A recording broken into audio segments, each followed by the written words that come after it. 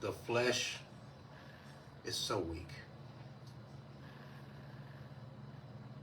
We know from our experiences, from our struggles, our temptations, that the flesh is considerably weak. For Christians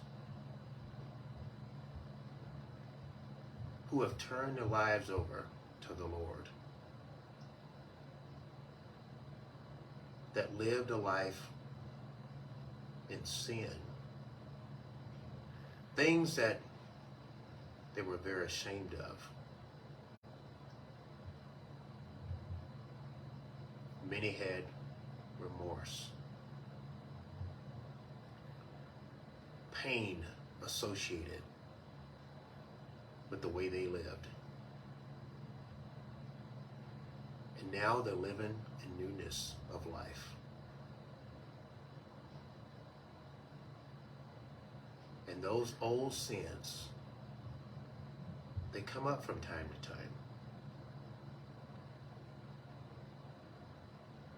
We see that beautiful woman walk by, or a picture of someone that strikes our attention. What about that handsome man that you like? What about the friends that you associated yourself with? And they're going out and having a good time. They're drinking, they're partying up. They feel good about the way that they're living. But you feel the temptation. And your flesh is getting weak. And you want to turn back to your old ways. And many do. They want to have another good time, like the good old days. But there are few that do answer the call.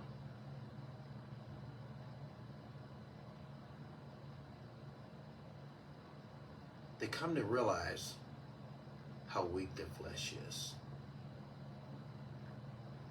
And they get on their knees and start praying.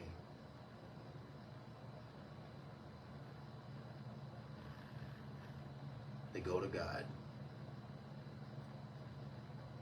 to guide their lives for strength. We all need the Lord. It doesn't matter how many times you go to church. It doesn't matter the status at church. It doesn't matter your profession or who you think you are. It strikes every soul. And without God, we'll fall into temptation. In the book of Matthew, chapter 26, starting in verse 40, Matthew writes, "And when he returned to his disciples and found them sleeping," and Jesus has found his disciples sleeping, "Couldn't you men keep watch with me for 1 hour?" Just 1 hour. He asked Peter, "Watch and pray so that you will not fall into temptation. The spirit is willing, but the flesh is weak." How many times Have you said something that you weren't going to do, and yet you did it? You say you wasn't going to go back into that bad relationship, but you did. You said that you were going to stop taking drugs, but you got back on drugs. You said that you were going to stop drinking, but you started back drinking. You said that you were going to stop being abusive, whether physically, verbally, mentally, spiritually, but you did it over and over again. See, the spirit can be willing, but your flesh is weak. And with a weak flesh brings about the opportunity for the devil to get in and turn your soul in the wrong direction. See, the disciples, they fell asleep. The flesh was weak. They wanted to rest. And Jesus told them to keep guard. God has laid out his word for us, and we need to be alert. And when we're not alert, when we're not going to God, with our weak flesh, we will lose that battle. And in terms, we will lose the opportunity for everlasting life.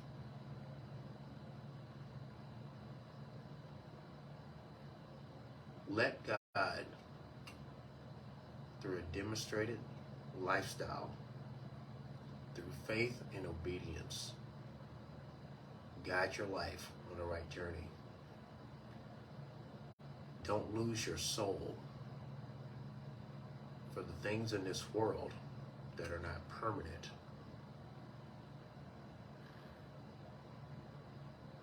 But come to the Father, who has all power, strength, and authority for your soul to be in his kingdom. The time is right now. Tomorrow is not promised to either of us, and the Lord wants you to come. He wants you to start living your life properly. And when your flesh gets weak, you don't fall asleep. You go to Jesus.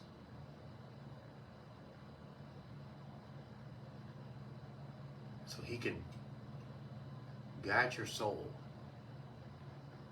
on a journey that leads to everlasting life.